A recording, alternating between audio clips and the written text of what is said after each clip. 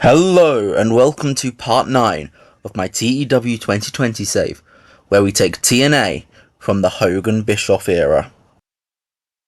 Last night we had Against All Odds.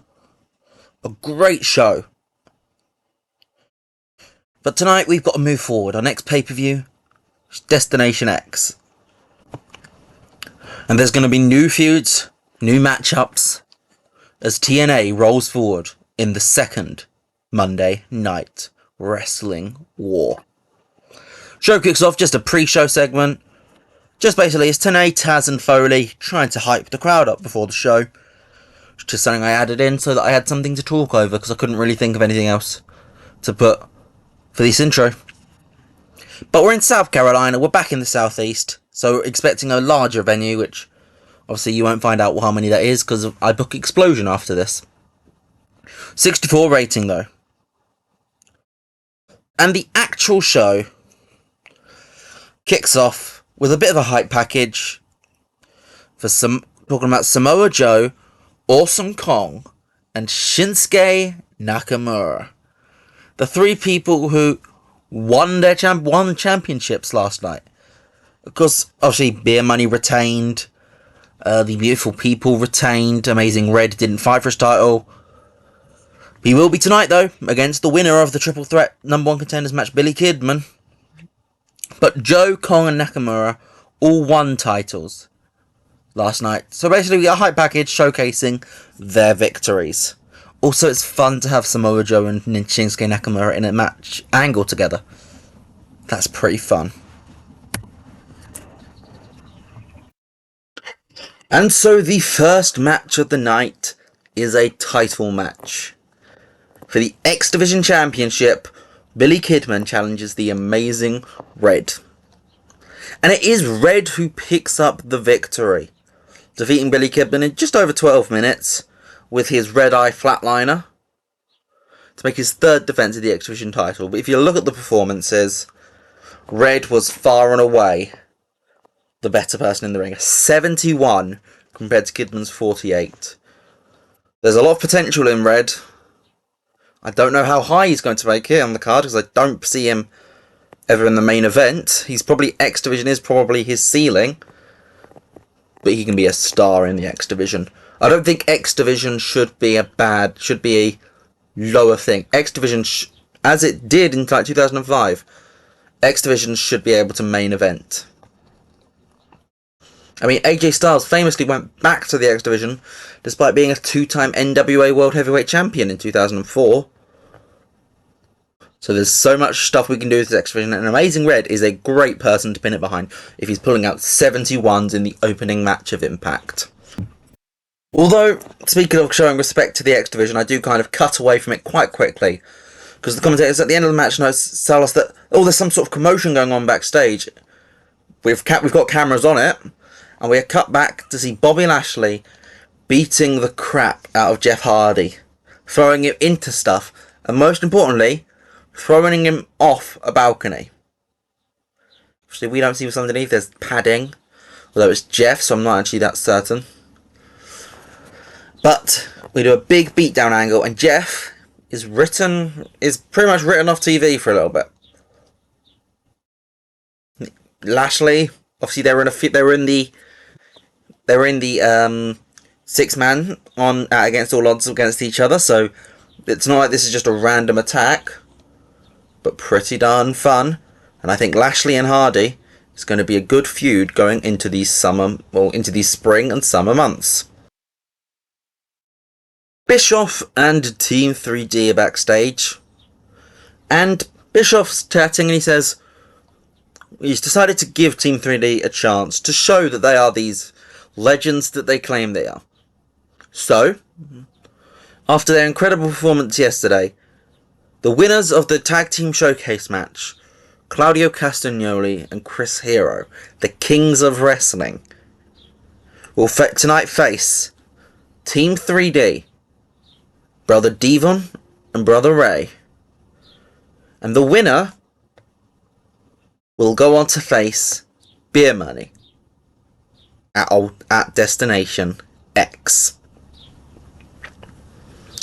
Obviously, Team 3D are pretty happy with this. Gets an 81 rating, which is great stuff. And the match is going straight on next. So, who saw that one coming? The Kings of Wrestling win. They pick up the win when Chris Hero pins Brother Ray with a quick cradle, inside cradle. Gets a 59 rating. Honestly, and the ratings are pretty comparable. Bully Ray was the weakest in this match. Devon was the strongest, but not much in it. Chris Hero was good. Castagnoli was good. Ray was good. They were all over 50. But again, as I keep pointing out, Brother Ray is declining physically. So I'm not going to be pushing him as they did in real life. I know, I loved that Bully Ray run in 2013. But if he's already declining at 52 in 2010, how bad is he going to be in 2013? And if we talk about real life, how bad is he going to be in 2023 in this universe? And I'll leave that up to your own interpretation of how good you think Bully Ray is. But the Kings of Wrestling pick up the win, and they will challenge Beer Money at Destination X, which is the first match we can officially add to the card. Beer Money versus the Kings of Wrestling for the TNA Tag Team titles. That should be pretty darn good. We get a brief backstage promo as the Briscoe brothers are being interviewed by Jeremy Borash, and they essentially say that they're happy to be in TNA. They're happy to show to the world that they are the best damn tag team on this planet. And they're going to continue that next week. They challenge Generation Me next week on Impact. Meet us in the ring. Simple segment, 38 rating. I want to work on this tag team division because I think, as I said in the last video, there's so much potential. 38 rating though. Knockouts time, and Amy Dumas defeats Alyssa Flash in 11:55 with the moonsault. 52 overall is not too shabby. As I said, 52 again for Dumas. 46 for Flash, which, considering her popularity, is phenomenal. If we can get her over more, she could be putting out some of the best in-ring performances we've got. No, well, obviously both were holding back because this was storytelling.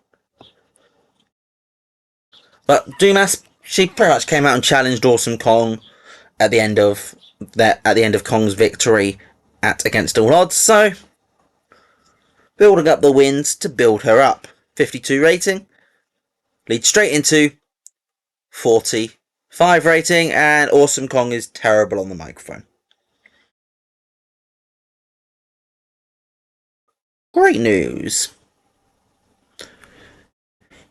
Kong comes out, so it's basically just shouting at Dumas, which is why I put it on entertainment, because I trust entertainment usually to give me good ratings. Not with Kong though. I have to remember that one. 45 rating though, so it's not terrible. We've had worse promos on this show, but I think a lot of that is down to Dumas. 6 minutes, so it's not even... It's the normal length segment. Gets a 45 rating though. Well, we move on, but Dumas is beaten down by Kong. Samoa Joe comes to the ring with his TNA World Heavyweight Championship. He starts cutting a promo, talking about how he is the future of wrestling. He is the dominance that TNA needs. He is the consistency that TNA is going to get. And that consistency is Samoa Joe is the TNA World Heavyweight Champion from now until the death of wrestling. And coming through the crowd, smacks him over the head with the guitar, is Jeff Jarrett. Now, I'm not explicitly saying we're going into a feud with these two. We are, but I'm not. That's not the predominant part of this. It is the Jeff Jarrett, disgruntled, trying to do what he can to get noticed again, to get back to the top. And how is he doing it? He's just going and attacking the World Heavyweight Champion. It's not going to be a straightforward journey for Jeff Jarrett getting to the title shot, but it's going to be interesting to try and tell. RVD was chatting about his tag team match against Stevie Richards and Raven, and he asks Hulk Hogan to be his tag partner. And Hogan says no, brother. But he does nominate Viktor to go in the ring and be Rob Van Dam's tag team partner. It's a bit of fun. It's Hogan putting his protege Viktor in to places where he probably doesn't fit. 68 though, not too shabby. And the match gets a 45 and oh no. Oh no. Rob Van Dam and Rick Viktor have great chemistry. Oh. I can't help but laugh that that's come along perfectly. The first time I put pretty much Viktor into a tag team match with someone random. And he comes up with it with great chemistry. That is perfect. It still doesn't get him better than a 25. But there might be legs to this. Hulk Hogan managing Rob Van Dam and Rick Viktor. That sounds pretty fun, actually, because the whole gimmick of this is that Viktor is the new Hulk Hogan. Next generation's Hulk Hogan. It's obviously a joke gimmick, but there's legs. There's legs to it. But RVD picks up the win, pinning Dr. Stevie with a 5-star frog splash, goes 6 minutes, gets a 45 overall. Rob Van Dam was by far the best in the ring with a 63. Viktor was by far the worst with a 25. The ECW alumni on the other team in the mid-40s. But oh dear, am I really going to actually run a Rob Van Dam and Viktor tag team? We'll have to see, won't we? See if I'm actually brave enough to try that.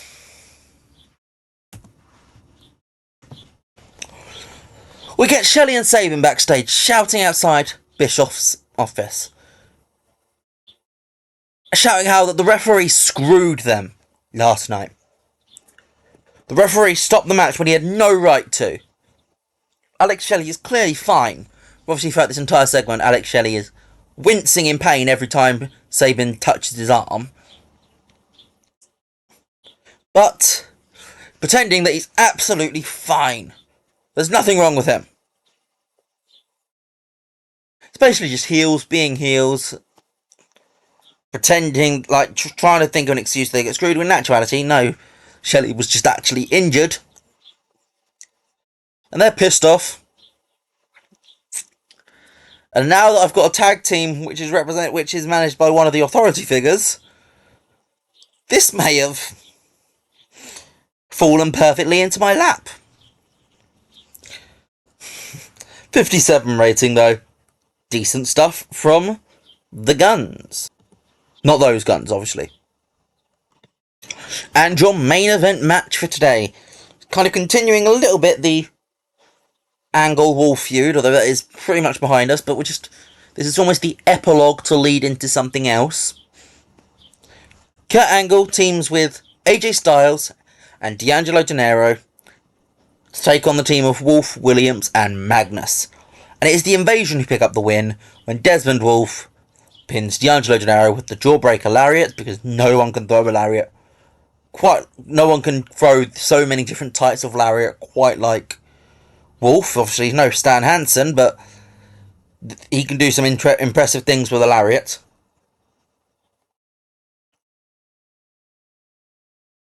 The Invasion pick up the win. Good ratings all around.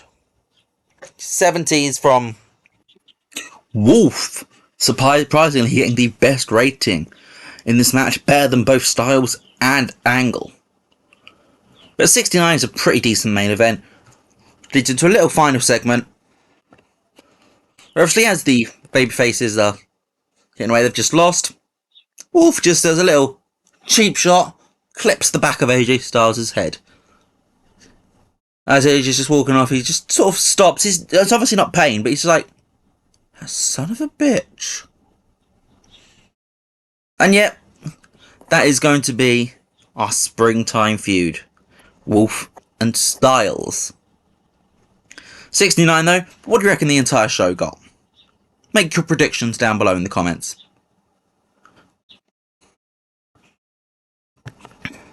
Did you make your predictions? Were you correct? Well, got a 70 overall, which I'm pretty happy with. Increases up in 24 regions, which is most of the places we have TV, if not all actually. I'm pretty happy with this. Post pay-per-view shows are always difficult because most of your stories are gone. You've got to start from fresh again. Although obviously I don't play with stories because I find them quite restricting the in-game way. But let me know what you guys thought, because that's what's key. I don't care what the game says, I want to know what you guys think. I'll see you guys next time. Goodbye.